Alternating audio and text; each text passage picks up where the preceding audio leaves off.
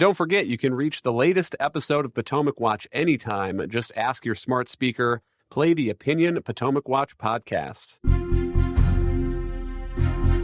From the opinion pages of the Wall Street Journal, this is Potomac Watch.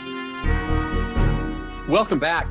The other interesting dynamic in 2024, Kim, might be third parties, given the unpopularity of these two guys who look like they are going to become the Republican and Democratic nominees.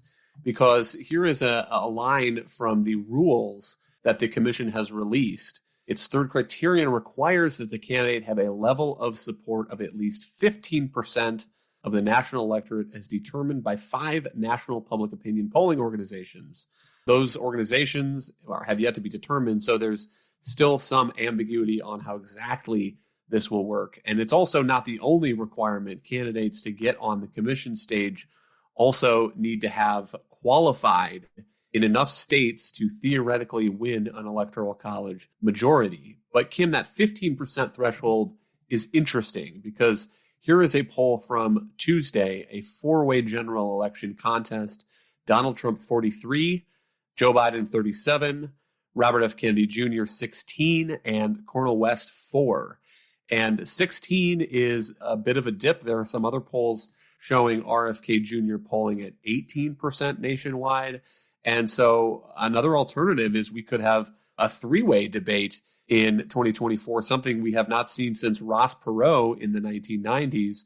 Or alternatively, if Joe Biden is indeed looking for an excuse, he could say, I'm not going to share a stage with RFK Jr., this conspiracy theorist. Yeah, I was just going to ask, how long has it been since we've had more than 2 of these people up on the stage? And that would be right, Ross Perot. I think there's, in this year in particular, this coming presidential election, there is a higher than likely possibility that we could well end up with a third party candidate who qualifies in some fashion or form or gets close to qualifying to go up on the debate stage. You were talking about RFK Jr., but no labels. This other outfit is still promising. It's going to try to get their own ticket or team on the ballot in a number of states. We don't know who those people would be right now, although Senator Joe Manchin has said that he's retiring, and he seems to be one highly noted prospect. He's certainly got the name recognition to probably pull some real voters and polls going forward. And that does create some really interesting dynamics. Not only the possibility of 3 on the stage, but also the possibility of one of the 2 major party candidates, whether Donald Trump or Joe Biden, saying that they didn't want to share the stage with that person, but then the other one doing so. Maybe someone might feel it in their advantage to actually go up against a third party candidate in a debate field. So all kinds of interesting things at play here in a year when neither party looks particularly thrilled with the 2 guys who happen to be leading right now for their party's nominations. Let's turn also to some recent criticism of the Spanish language TV network Univision, which is getting attacked from the left for a friendly interview that had aired with Donald Trump at Mar-a-Lago. Let's listen to just a piece of that. We had the safest border in the history of our country by far, and that included drugs, and that included human trafficking. That included everything. We had the safest border we've ever had, and now we have the most unsafe border. Because Biden, what he's done with the border is a disgrace. It's a disgrace. It's not even believable. You would say either to do something like that, you're very ignorant, or you hate the country. Because what it's done, we have 15 million people in our country. Many people come from prisons. Many people come from mental institutions and insane asylums. You know, they don't want me using the word insane asylum. That's Silence of the Lamb. That's Hannibal Lecter. You ever hear of Hannibal Lecter? Not a nice person. But these are people that are very, very disturbed, very, very mentally ill. They're being dropped into the United States. They come through Mexico mostly, but they're being dropped into the United States. Who can want this? Monet, that was about the tenor of the interview. It was conducted by a journalist based in Mexico City, and he basically gave the floor to Donald Trump. He later defended himself, writing, this is a translation, it was originally in Spanish on social media, quote, "I'm a reporter and my job is to ask questions.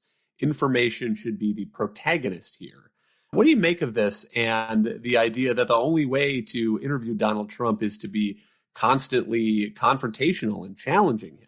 Right. Well, I think this journalist, Enrique Acevedo, has a point when he says that his job is to open the floor to the subject of the interview, ask him questions about the issues, and then let the subject, in this case Donald Trump, answer in the way that he chooses. That is the fundamental job in this kind of sit-down interview, particularly when you're talking to an extremely important and well-known subject. The audience doesn't want to see the interviewer constantly inserting himself, but rather they want to hear what this person has to say. And the job of the interviewer is to create the context for that person to express their views. And so there's some truth to that.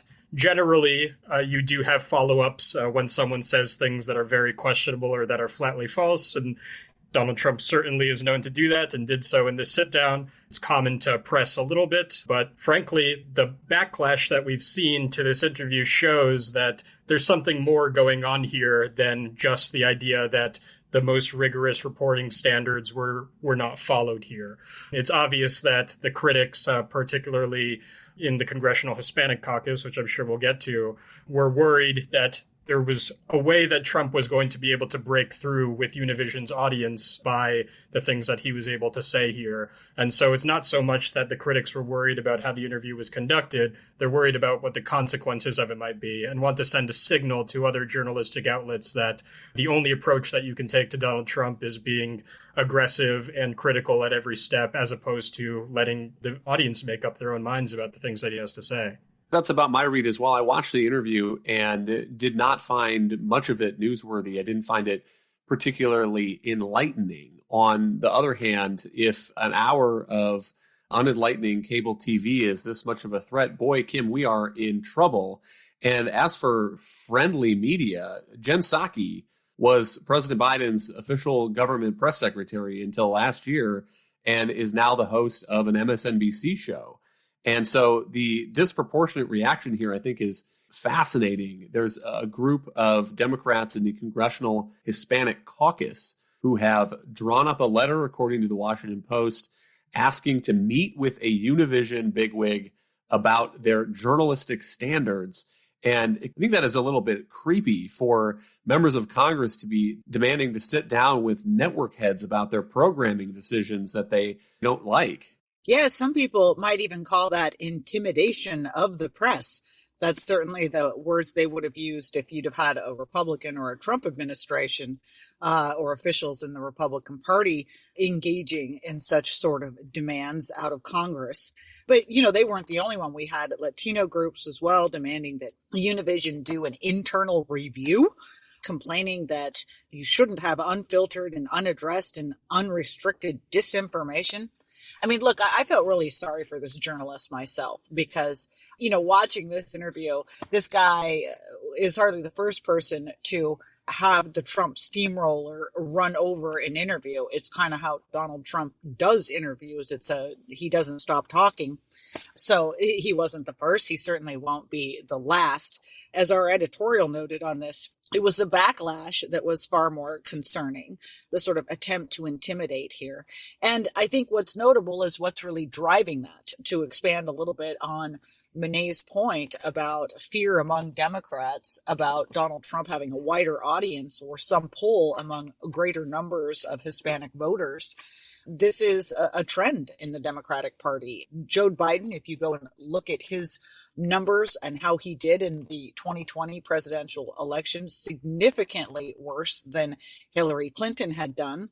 And if you're looking at some of the polls that have been coming out now, his hypothetical share of the Hispanic vote compared to Donald Trump in certain swing states is now in single digits.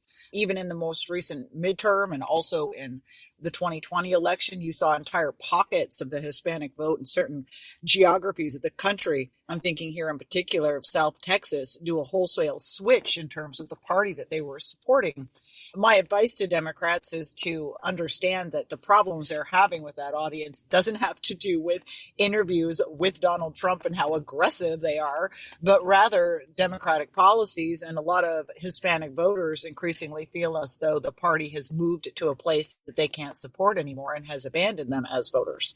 That's right. And trying to keep those people by pressuring Univision to be hostile to Donald Trump, I think is A, not going to work, and B, gets the causality wrong and perhaps backward. Monet, it seems to me that if Univision wants to continue going as a business proposition in a market that is moving its political affiliation perhaps to something more like balanced between Republicans and Democrats, it is going to try to reflect that in its programming. And we'll give you the last word.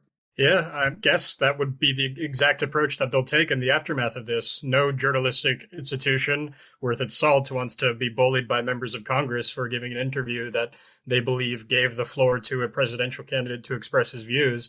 And I think it's interesting to note that Enrique Acevedo was the lead political anchor for Televisa, which merged with Univision about 3 years ago.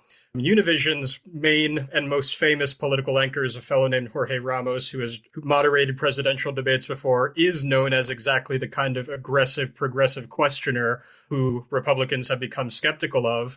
Whereas Enrique Acevedo, who also has interviewed Barack Obama and other presidential candidates before, I think probably intentionally wanted to take a more open approach to Donald Trump and to hearing what he had to say and letting the audience make up their minds. And so it probably is indicative of exactly the type of shift within Univision that you're describing. And we're probably going to see a lot more outlets in the media that do have Hispanic audiences trying to make space for Republicans to make their case. And that would be a salutary development for the American political scene if we do have more of an honest debate and not this one-sided anti-conservative media that has often been the case in recent years. Thank you, Monet and Kim. Thank you all for listening. You can email us at pwpodcast@wsj.com. If you like the show, please hit that subscribe button, and we'll be back next week with another edition of Potomac Watch.